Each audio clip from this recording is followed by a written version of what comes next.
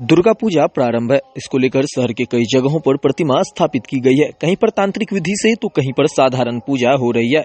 मां को प्रसन्न करने के लिए लोग अलग अलग तरह के चढ़ावे को चढ़ाते हैं। कोई मिठाई तो कोई बलि चढ़ाते हैं। आपको बता दें कि सनातन धर्म में मां दुर्गा के नवमी पूजा के दिन माता को बलि चढ़ाने की परंपरा है। ऐसा कहा जाता है कि मां दुर्गा को बलि अति प्रिय है, जिसको लेकर लोग अपने मनोवांछित फल को पाने के लिए बलि देते हैं।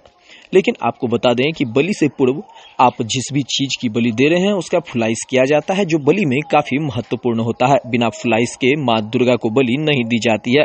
कई बार जब आप अपने छागर को बलि देने के लिए ले जाते हैं तो आपकी फुलाइश बहुत देर तक नहीं होती है। इसको लेकर जब पंडित गुलशन झा से बात की गई तो उन्होंने बताया कि सबसे बड़ी बात है कि फुलाइश मां की मनोकामना होती है। हम लोग मां को मनाते हैं कि हमारा प्रसाद स्वीकार करें।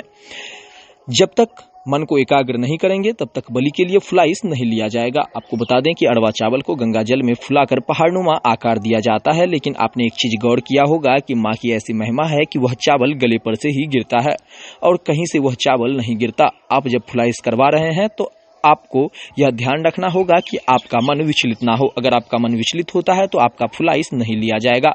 जो भी मन में मनोकामना है अपने मन में लिए और मां की भक्ति में लीन होने के बाद ही आप फुलाइश दें।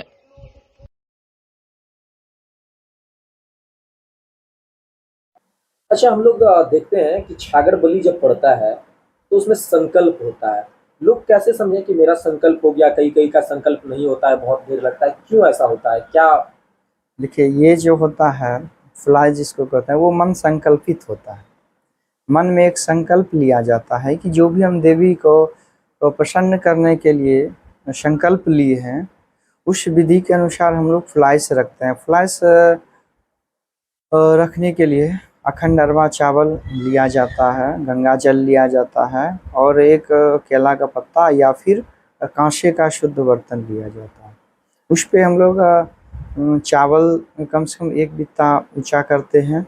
उसके बाद उसको पतला पान से उसको पतला करके फ्लाइस मतलब भगवती को प्रसन्न करने के लिए हम लोग फ्लाइस रखते हैं। उसे पान, सुपारी, पैसा और तुलसी पत्र दे के मन चिंतन करते हैं और मन में चिंतन करते हैं कि हे देवी, मैंने जो आपके लिए संकल्प लिया अपने मन में मनोवांछित फल प्राप्त के लिए, तो उस संकल्प से मैं आपको प्रसन्न करने के लिए मैं फुलाइश रख रहा हूँ।